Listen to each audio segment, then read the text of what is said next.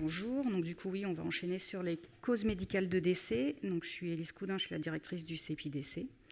Et alors, le problème de cette étude statut vital par cause de décès, c'est que le statut vital, on l'utilise pour pouvoir apparier les causes de décès avec les informations autres que l'on peut avoir dans le cas du SNDS. Donc, c'est un peu compliqué de faire l'un quand on n'a pas l'autre. Alors, ok. Mais moi, je vais commencer par autre chose. Je vais commencer d'abord par un état des lieux. Un état des lieux sur les causes de décès en 2022. Alors pourquoi ? Parce que c'est la dernière année disponible où on a de l'information sur les causes de décès. Et c'est la dernière année qui est aussi disponible au SNDS. Donc on n'a pas 2023 encore. On espère qu'on aura ça à l'été prochain. Mais en tout cas, 2022 l'est. Et je vais m'appuyer là-dessus sur deux articles qui étaient faits en collaboration entre le CEPIDC, l'adresse et Santé publique France, et qui sont sortis en octobre dernier, et qui décrivent les grandes causes de mortalité, les grandes causes de décès en France en 2022, et les tendances récentes. Alors, on commence par le début, à savoir qu'on avait dans les années, tendance récente 2015-2019, une tendance à la diminution de la mortalité en France. Et puis, en 2020, il y a le Covid qui arrive, et 2021, et là, on a eu un effet de rupture avec une augmentation du taux standardisé de mortalité et de l'ensemble des décès. Et 2022 reste en rupture par rapport à ces années passées avant crise, qui, elles, qui étaient plutôt à la baisse. Donc 2022, c'est 673 000 décès, avec un excès de mortalité que l'INSEE estime à 54 000 décès par rapport à une année en conditions habituelles, on va dire. Après 43 000 en 2021 et 48 000 en 2020. C'est intéressant de voir que l'excès de mortalité en 2022, estimé par l'INSEE, est supérieur à celui qu'on avait en 2020. Voilà, la mortalité, donc le taux standardisé de mortalité, c'est 886,87 décès pour 100 000 habitants en France. Et la spécificité de 2022, c'est que les défunts sont plus âgés en moyenne que ce qu'ils l'étaient les années passées. Plus âgés qu'en 2021 notamment. Et je crois que c'est à peu près du même acabit que 2020. Je ne me rappelle plus exactement là. Donc l'âge moyen au décès est de 79 ans, 4. Alors les causes maintenant. Donc les causes, c'est évidemment les tumeurs qui restent la première cause de décès en France, avec plus d'un quart des décès. Ensuite viennent les maladies de l'appareil circulatoire, qui touchent en particulier les 85 ans et plus, et qui est la première cause de décès chez les plus âgés. Puis ensuite, ce qu'on voit aussi là sur mon... Vous voyez ma souris ? Ouais, c'est bon. On voit l'énorme baisse du Covid, qui lui diminue très fortement. Et en revanche, 2022 se caractérise par des maladies de l'appareil respiratoire en hausse, des causes externes et en particulier des accidents en hausse, ça c'est important, et puis une hausse des symptômes et états mal définis aussi. Et on voit tout ça clairement sur cette figure-là qui est empruntée à l'article dans le bulletin épidémiologique hebdomadaire, et qui compare les taux standardisés de décès entre 2022 et 2021. Et c'est là qu'on voit la très forte baisse du Covid, vous voyez, avec moins 25 décès de moins pour 100 000 habitants. Et puis, par contre, la hausse des maladies de l'appareil respiratoire, des symptômes et états morbides mal définis, des causes externes de mortalité, de morbidité, de mortalité. Voilà. Bon, ça, c'est aussi lié à l'âge spécifiquement. Enfin, au fait qu'en 2022, en partie, il y a beaucoup de personnes âgées, très âgées, qui sont décédées. Et puis les épidémies de grippe à répétition et la très forte surmortalité qu'il y a eu en décembre 2022. Oui.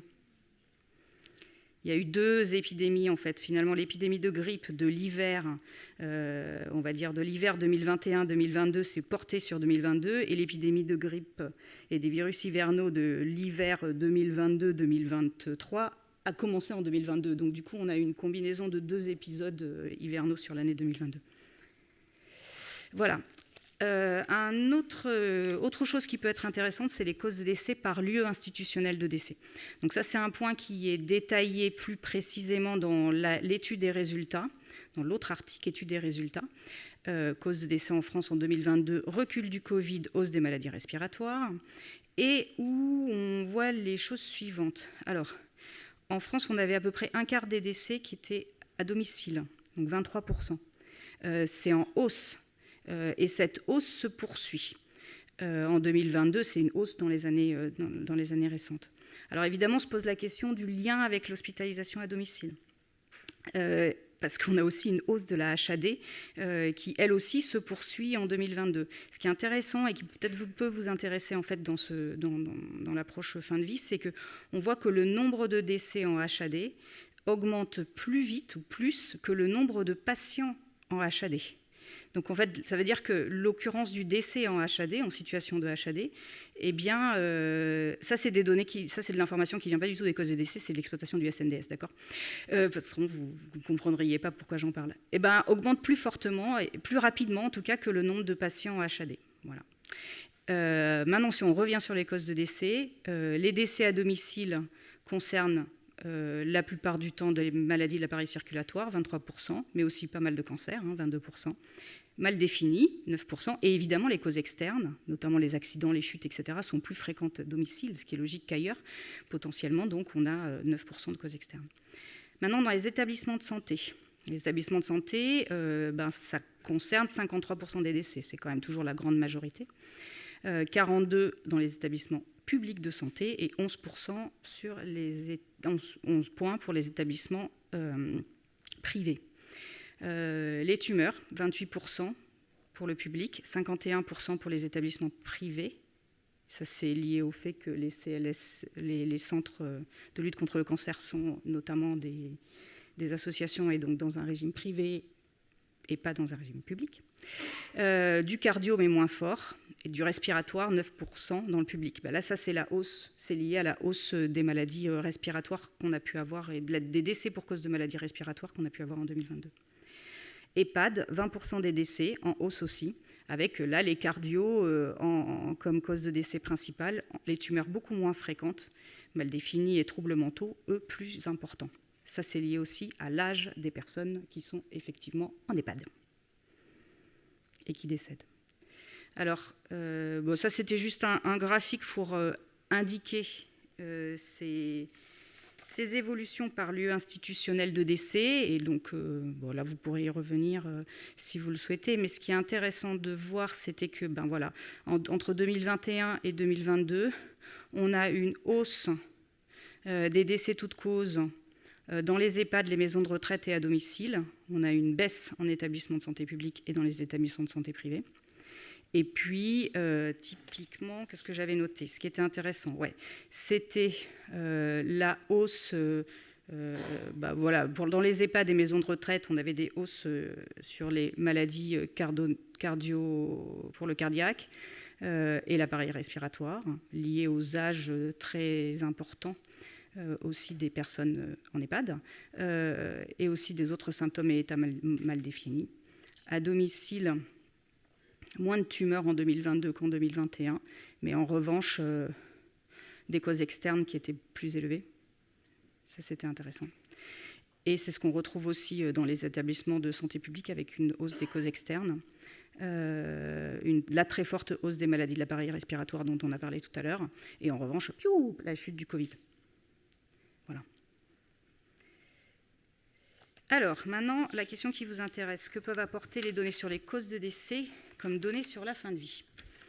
Évidemment, pas grand-chose, parce que les causes de décès, c'est un événement, c'est tout à fait à la fin. Donc, on n'a pas d'informations sur le processus de fin de vie qui a eu lieu avant, où on a une information assez parcellaire. Cependant, c'est quand même ces données sur les causes de décès, une statistique de référence en santé publique, en épidémiologie, en démographie, en statistique depuis la fin du 19e, dont la collecte de l'information et la classification de l'information se sont construites de concert depuis la fin du 19e siècle. En France et à l'international, c'est donc des gains de standardisation, d'homogénéisation, de comparabilité à l'international, en France et dans le temps. et puisque ces collectes et ces codifications suivent tous les standards internationaux que l'on peut avoir, à savoir le modèle du volet médical du certificat de décès, qui est un standard international, les règles de codage, qui sont des standards internationaux. Une collecte aussi qui est exhaustive, qui se veut au maximum exhaustive parce qu'elle est clairement articulée avec celle de l'état civil. Et puis un cadre de collecte et des finalités d'usage qui sont définis par la loi, qui sont définis aussi d'un point de vue qualité et collecte, une statistique sous règlement européen, de façon à en assurer la meilleure qualité au sens statistique du terme. Donc on gagne un standard, une homogénéité, une comparabilité, un cadre légal de collecte qui lui garantit d'essayer d'obtenir cette qualité. Pour autant, comme on disait, ce n'est pas de l'information sur la fin de vie. Même si ces informations sur les certificats, donc les volets médicaux des certificats de décès ont été utilisés comme base de sondage des enquêtes fin de vie, elles ne délivrent au final que de l'information sur le processus morbide qui a directement conduit au décès. Et là, on fait la différence entre un événement, la mort, paf, et puis la fin de vie qui, elle, est une période, un processus. Alors, moi, je vais continuer dans la suite de ma présentation à parler de la collecte. Alors, en réalité, plutôt de la source. Quelle information est collectée et comment ? Donc, parler du volet médical du certificat de décès. Des traitements qui sont réalisés au CEPI-DC pour transformer cette information collectée en base de données statistiques, à savoir la codification dans la classification internationale des maladies et tout ce qui est ce qu'on appelle la synchronisation, c'est pas très joli, l'alignement avec les décès de l'état civil, donc le référentiel national d'identification des personnes, le RNIPV. Voilà. Et puis en plus, après la diffusion, c'est-à-dire les données auxquelles vous avez accès, puisque les causes médicales de décès sont une des données sources du SNDS. Et après, il y a un point sur les ressources méthodologiques, et ça, c'est important parce que c'est un peu là où il faut aller quand on cherche de l'information précise sur ce qui se passe, ce qu'on fait, quels sont les changements qu'il peut y avoir d'une année sur l'autre. Alors, la collecte. La collecte, c'est le volet médical du certificat de décès. Le fait générateur, donc, est le suivant. Lorsqu'on a un décès, un médecin est obligé de rédiger un certificat. Et ce certificat doit être validé pour pouvoir fermer le cercueil. Le certificat de décès comprend 2 volets, un volet médical et un volet administratif. J'espère que les slides, vous pourrez les transmettre à tout le monde. Hein. Oui. Okay. C'est bien. Le volet médical est confidentiel. Il ne comprend pas les noms ni les prénoms de la perte du défunt, mais il précise là où les causes de décès afin de transmission à l'INSERM et à certains organismes, notamment de veille sanitaire, qui sont listés par décret. Le volet administratif, lui, identifie le défunt et lui est transmis aux opérateurs funéraires et doit être transmis à la mairie du lieu de décès où l'officier d'état civil dressera l'acte de décès. La certification peut se réaliser de manière électronique ou sur papier. Actuellement, en 2024, on a dépassé les 50% de certification électronique. Alors, le volet médical, le voilà. Donc, vous voyez qu'il n'y a pas de nom, il n'y a pas de prénom. Par contre, on a de l'information sur la commune de décès, la commune de domicile. Bon, on s'en fiche un peu de la commune de domicile. La date de décès, la date de naissance, si on ne s'en fiche pas de la commune de décès. Voilà. Et puis ensuite, on a cette case-là qui suit le modèle décrit par l'OMS, qui est complètement standardisé, dans lequel le médecin est invité à déclarer l'ensemble des maladies, affections morbides qui ont directement provoqué le décès, en commençant par la cause immédiate, mais qui est due à quelque chose d'autre, laquelle est due à quelque chose d'autre, qui peut être due à jusqu'à la 4e ligne.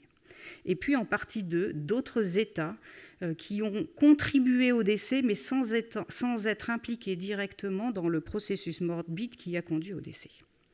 Ensuite, il y a tout un volet d'informations complémentaires, notamment de circonstances apparentes de décès, où le médecin peut indique le lieu de décès aussi d'ailleurs, dont on parlait tout à l'heure, et puis peut indiquer aussi s'il s'agit d'une mort naturelle, s'il s'agit d'un accident, d'un suicide. Ça, c'était des éléments qui ont été rajoutés dans le volet médical pour notamment repérer mieux les suicides ou les circonstances des morts violentes qu'on avait du mal à capter parce qu'elles n'étaient pas forcément bien déclarées, facilement déclarées dans le processus morbide. Voilà. Et puis, il y a la signature du médecin ici. Alors, les traitements qui sont réalisés sur ce volet médical, c'est codé dans la classification internationale des maladies. Coder, c'est deux choses, c'est-à-dire que toutes les maladies, les traumatismes, les séquelles, tout ce qui est indiqué en partie 1 et en partie 2 du volet médical doit être transcrit en code de la classification internationale des maladies version 10, en CIM 10. Et puis ensuite, on applique un ensemble de règles qui sont précisément décrites dans la CIM 10, qui permettent de déterminer parmi toutes ces causes, tous ces codes, celle qui va être considérée comme la cause initiale de décès, à savoir celle qui a déclenché le processus morbide conduisant directement au décès. Donc pour cela, on applique la CIM et les règles de sélection de modification de la cause initiale qui sont définies dans la CIM.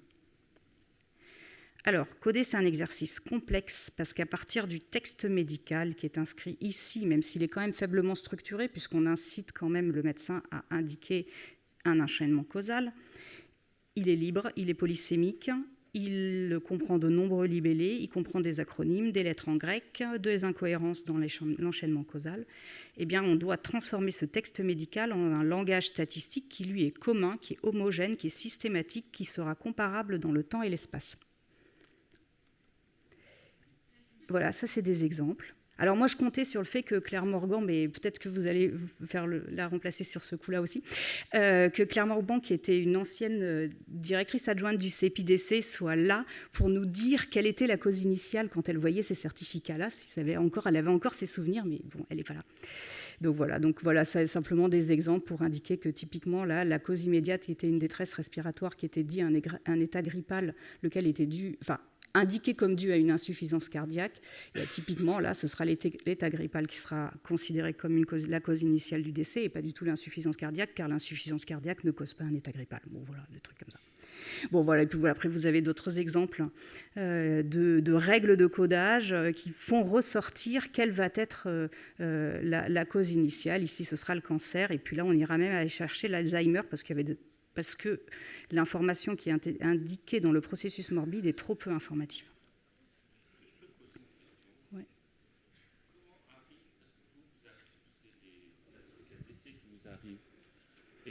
C'est les volets médicaux des certificats de décès qui nous arrivent. Voilà. Et moi, je suis un super mec qui va dans la jungle et puis qui fait plein de bêtises. Si tu n'es pas en France, ça ne nous arrivera pas. Même si... Ah bah c'est gentil, même pour la Guyane. Mais par contre, est-ce que... parce qu'on m'a toujours dit, si a priori il est déclaré au consulat ou à l'ambassade, a priori on peut peut-être retrouver si c'est déclaré, si sa maman vient en pleurant. Non, même si elle vient en pleurant, non. Non, mais non, on n'a pas de volets médicaux. On récupère les volets médicaux des certificats de décès, des décès occurrents en France. Et donc, du coup, alors en Guyane peut-être, mais c'est en France. C'est le problème que je signalais tout à l'heure sur l'espace vital. Mais du coup, c'est la même chose, par exemple, pour les binationaux. Un binational qui retourne dans son pays, malheureusement, il décède. On ne fait pas de discrimination sur la nationalité. On récupère tous les décès qui occurrent en France. Donc ça veut dire qu'on a aussi les décès des étrangers qui décèdent en France. Oui, mais qui décèdent ailleurs. Évidemment que non. Qu'ils soient français ou autres, on n'a pas d'informations sur les volets médicaux. On n'a pas de volets médicaux des gens qui décèdent hors France. Donc ça explique un peu le truc qui monte un peu à la fin, là, vers les centenaires et tout ça, en gros. Non. Parce que, je ne comprends pas. Si, parce que peut-être que nous, on les considère... Toi, tu n'as pas la cause, mais nous, on les considère comme toujours vivants, puisqu'on n'a pas eu de notion sur l'état vital. Alors, attention, il ne faut pas mélanger le volet médical avec toute l'information de l'état civil sur le décès. Donc, c'est ça qu'il faut faire attention sur cet aspect. Je pense que quand tu dis si tu as une hausse ou je ne sais pas quoi, on s'en fiche des causes. Là, ce qui t'intéresse, c'est savoir si cette personne elle est décédée ou pas. D'accord ? Donc là, il faut s'appuyer sur les informations qui remontent de l'état civil, qui remontent de la BRPP, du RNIPP et du SNGI qui sont tous les deux matchés entre eux. C'est ça ton information. On s'en fiche des causes médicales. Le volet médical, là, pour répondre à ta question, n'intervient pas du tout. D'accord ? Ok.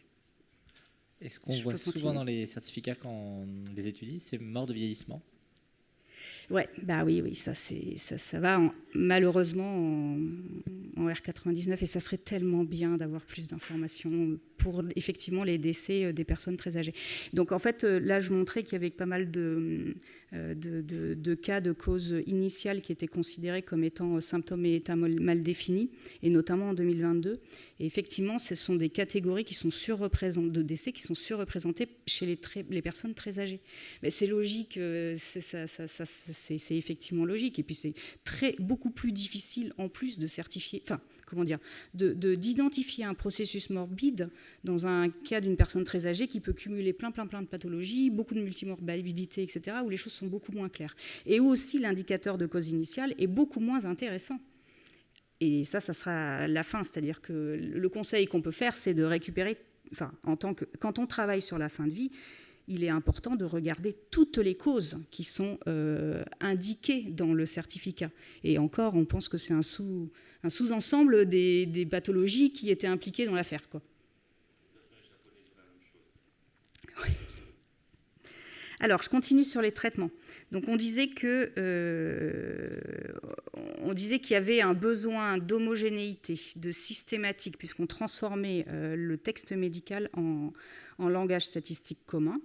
Effectivement, ce besoin d'homogénéité, ce caractère hyper systématique du raisonnement, les règles très très précises de la CIM font de cet exercice-là de codage un candidat idéal à l'automatisation du codage.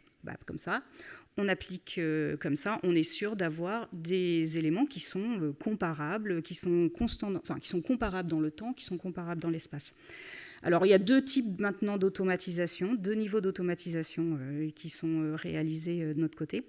À la fois, l'utilisation d'un système de règles international qui permet de coder les causes de décès et d'aller jusqu'à la cause initiale pour 64% des cas. Donc, c'est le système expert IRIS-Muse. Et puis, depuis 2021, on utilise aussi, pour un quart des certificats, des prédictions par réseau de neurones profonds qui ont été entraînés sur l'historique passé des données.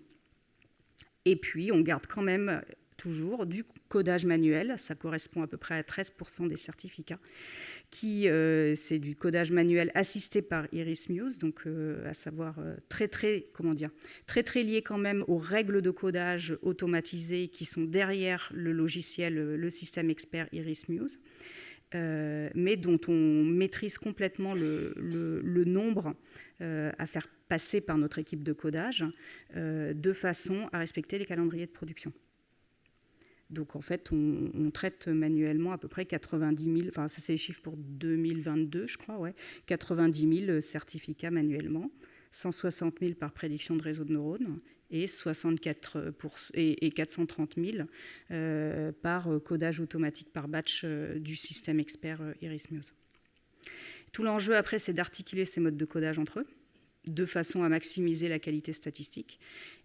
Et dans ces différentes dimensions, donc la première, c'était respecter un délai de production de la statistique, mais aussi affecter à l'équipe de codage les certificats qui vont permettre à la fois après de réentraîner les modèles de réseaux de neurones, mais qui vont aussi permettre de corriger les cas où les réseaux de neurones n'auraient pas une performance top. Donc ça, c'est le circuit de codage du certificat pendant la campagne de production. Donc un certificat arrive. D'abord, on essaie de passer le batch, le système de règles, système expert, système de règles IRIS-Muse pour avoir les codes, donc l'ensemble des codes des causes jusqu'à la cause initiale. Si on y arrive et qu'on vérifie, on est très content. Ça, c'est le cas pour 64% des cas. Si par contre, le système de règles n'a pas une règle qui lui permet de coder, parce que c'est ça en fait qu'il y a derrière, et donc c'est 37% des cas, à ce moment-là, on va calculer une première prédiction par réseau de neurones, calculer un score de confiance qu'on peut avoir dans cette prédiction.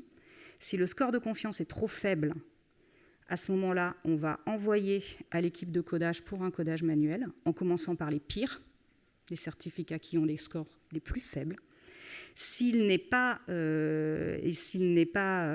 aussi faible que ça, et que pour qu'on a un score de confiance tout à fait adapté, on fera une deuxième prédiction grâce à des réseaux de neurones réentraînés, lesquels réseaux de neurones réentraînés récupèrent une partie du codage manuel de l'année en cours. Tac.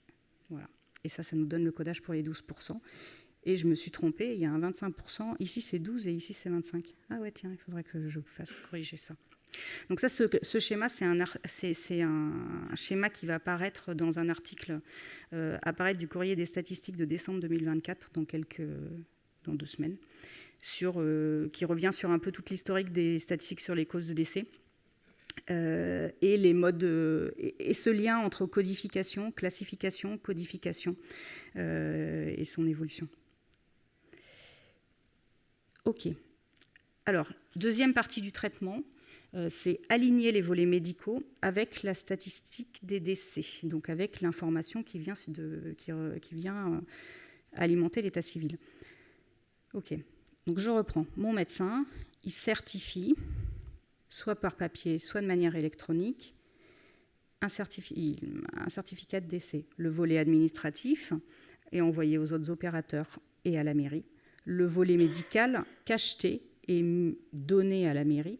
La mairie, une fois qu'elle a vu le volet administratif et surtout qu'elle a eu quelqu'un qui vient lui déclarer le décès, va établir un certain nombre d'autres actes, des bulletins, le B7 et le B7 bis, qui sont des bulletins d'état civil. Le B7 est anonyme, le B7 bis n'est pas anonyme. Le B7 bis va être envoyé directement à l'INSEE. Tout ça, ça se fait en 7 jours maximum. Pour mettre à jour le RNIPP, le référentiel des personnes. Le B7 est ajouté au volet médical cacheté, envoyé à l'ARS, lesquels l'ARS récupère toutes ces informations, les décolle et les envoie au prestataire de saisie de l'INSERM. Le prestataire de saisie fait son travail de saisie et les envoie à l'INSERM pour établir la statistique sur les causes de décès. Pour les certificats électroniques, les choses sont un peu plus simples, à savoir que le médecin certifie de manière électronique le décès.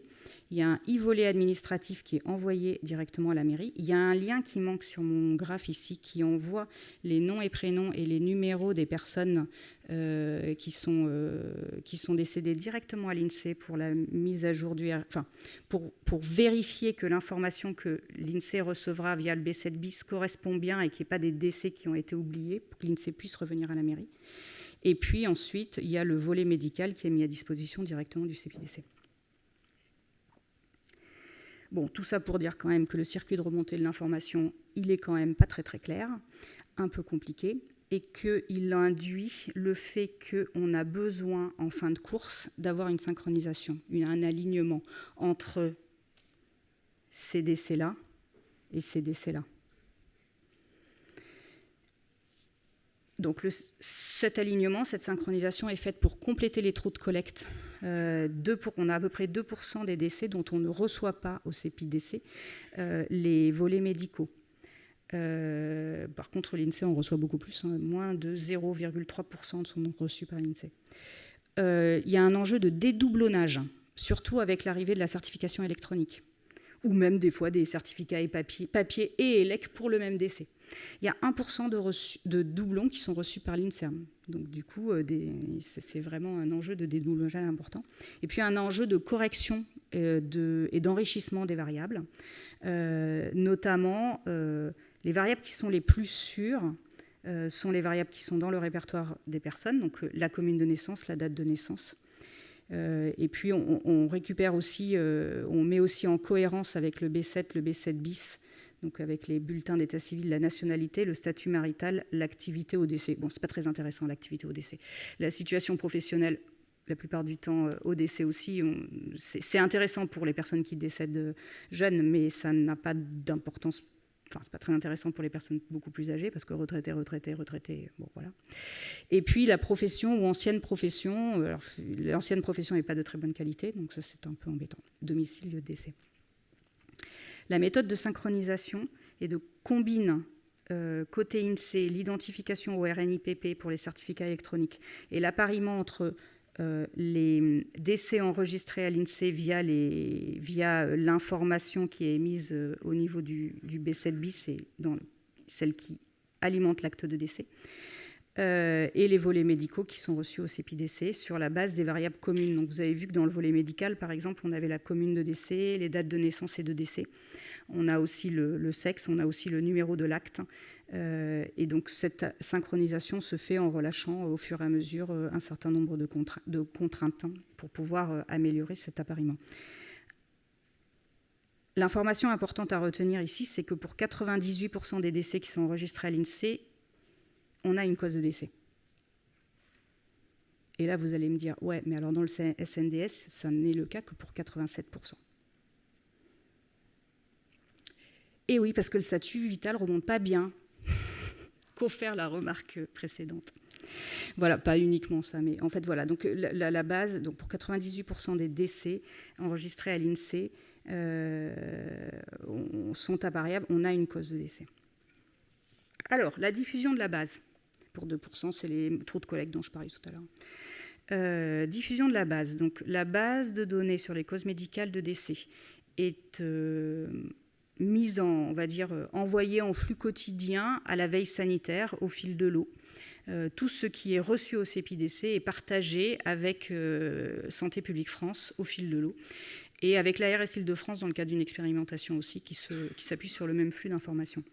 La base annuelle des causes de décès, les données maintenant agrégées, la cause initiale, le sexe, l'âge, le pays de résidence et le lieu de décès sont envoyées à Eurostat pour alimenter les statistiques européennes et à l'OMS. Et on a envoyé ces données, normalement il faut le faire à 24 mois, au maximum 24 mois après l'année du décès. Et cette année, on l'a fait 21 mois après l'année du décès. Et l'année prochaine, ce sera 18 mois après l'année du décès. La base individuelle, les données individuelles, la base annuelle des causes de décès, est mise à disposition pour la statistique et la recherche, donc du coup d'une manière beaucoup plus précise. Donc en plus de la cause initiale, du sexe, de l'âge, des pays de résidence, du lieu de décès, on a toutes les causes multiples, c'est-à-dire l'ensemble des causes qui apparaissent sur le certificat de décès, codées. On a aussi les textes médicaux, donc le texte que le médecin a rempli, d'accord, plus des variables sociodémo que j'ai un peu évoquées au fur et à mesure du temps. Et puis, on met maintenant le mode de codage. Est-ce que ça avait été un codage qui a été automatique? Est-ce que c'est un codage par intelligence artificielle? Est-ce que c'est un codage manuel? Et tout ça s'est mis à disposition du SNDS quelques mois parce que après la diffusion au niveau international. Donc, pour 2022, ces données-là, donc toutes ces données-là sont dans le SNDS. Et elles le sont pour tous les décès. Pas uniquement les décès appariés avec le référentiel des bénéficiaires, d'accord? Pas uniquement les 87% dont je parlais tout à l'heure. Elles le sont pour tous les décès. Madame Couda, le temps passe. Ouais, ça marche. Mais là, j'ai terminé, en fait. Ce que je voulais juste dire dans le SNDS, c'est que, du coup, les données individuelles, ils sont jusqu'en 2022, qu'il y a 2 tables. Une première table par décès, où on a un identifiant et avec la cause initiale et toutes les variables sociodémo. Et une autre, où, en fait, on a une ligne par cause, où on a la cause, le texte, l'autre cause, le texte, etc. Voilà, donc il y a 2 tables, c'est tout. L'appariement qui se fait avec le référentiel des bénéficiaires, lui, est non satisfaisant, c'est ce dont on vient de parler, puisqu'il ne permet d'avoir un taux d'appariement que de 87%, alors qu'en réalité, on sait de fait que si on avait les bonnes variables au SNDS dans le référentiel des bénéficiaires, on pourrait avoir 98% d'appariement. Même 100%, puisqu'en fait, les 2% de données manquantes, on les considère comme données manquantes, mais on récupère leur date et lieu de naissance, de décès et commune, date et lieu de naissance et de décès. Voilà, et 2023, ça sera à l'été 2025. Ça, c'est les références avec les rapports de production sur l'ensemble des campagnes. Donc, typiquement, le dernier rapport de production concerne l'année de décès 2021. Il va retracer toutes les nouveautés, les spécificités qu'il y a pu avoir dans une campagne particulière, s'il y a des codes qui changent, s'il y a eu une meilleure collecte, les taux de... typiquement, mon taux de collecte, là, c'est là que c'est documenté, donc on vous recommande vraiment d'aller voir ces informations-là. Voilà, et puis ça, c'est des références sur l'usage des réseaux de neurones pour la production des causes de décès. Merci.